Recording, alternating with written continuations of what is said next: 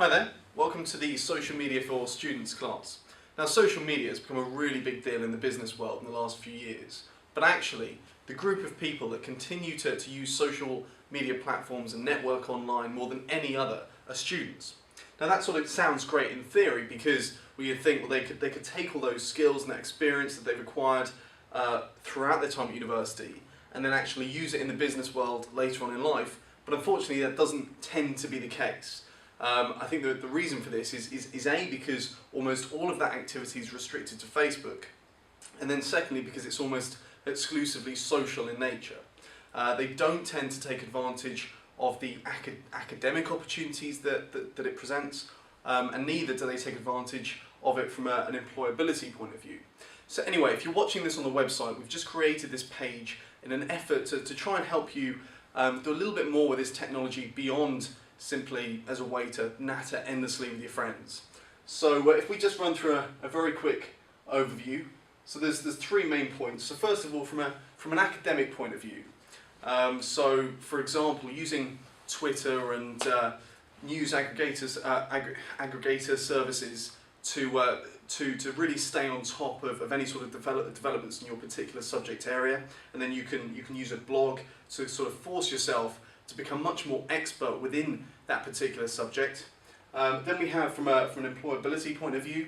So when you come to graduating, you can use social media as a way to really increase the likelihood that you'll get that job you've been hoping for. So I think one of the best examples of this is LinkedIn. Actually using LinkedIn as an online CV, particularly bearing in mind now with the functionality you have in terms of slideshows, incorporating video, and all the other tools that they have, is just so much more interesting than sending out another boring sort of word-based CV that will no doubt look basically exactly the same as every other CV that poor employers had the misfortune of seeing that day. So yeah, it's just about using this technology to your advantage really, and trying to distinguish yourself from the masses. Another example of this is blogging. So I know a few people who started blogs while they were at university, and they blogged on a very frequent basis about the particular subject that they were studying. And by the time they came to graduating, they had this mass of really interesting material that did a fantastic job of demonstrating just how genuinely passionate they were about that particular subject. Again, it's just so much more interesting than a long list of academic qualifications or all the other kind of fairly meaningless material that's generally included within a CV.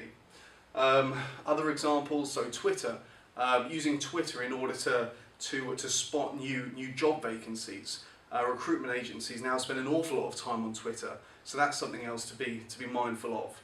So yeah, as I say, it's just about being aware of how this technology can really benefit you both throughout your time at university and then afterwards when it comes to getting a job.